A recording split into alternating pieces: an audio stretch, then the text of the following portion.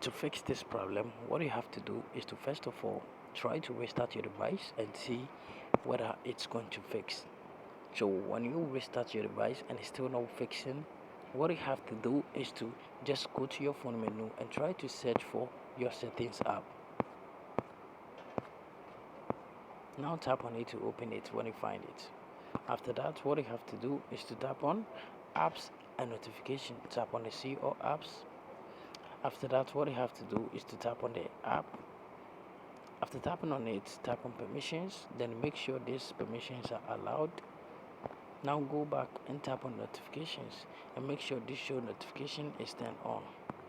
Now go back and tap on storage and cache, then tap on the clear cache.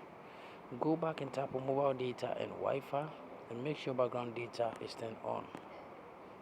After doing this, what you have to do is to tap on force stop, then you tap on OK.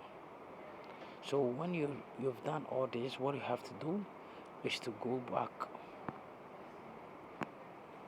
So when you go back, tap on your network and internet. Tap on mobile network and also tap on, select the network you're using. Scroll a little bit, tap on advanced.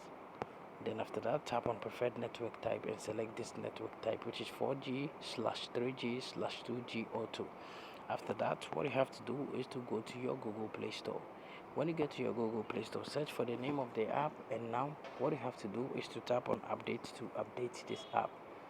So after updating your app, what you have to do is to tap on your power button for some while, then you tap on restart to restart your device. So after restarting your device, this problem is going to be fixed. Thank you for watching this video.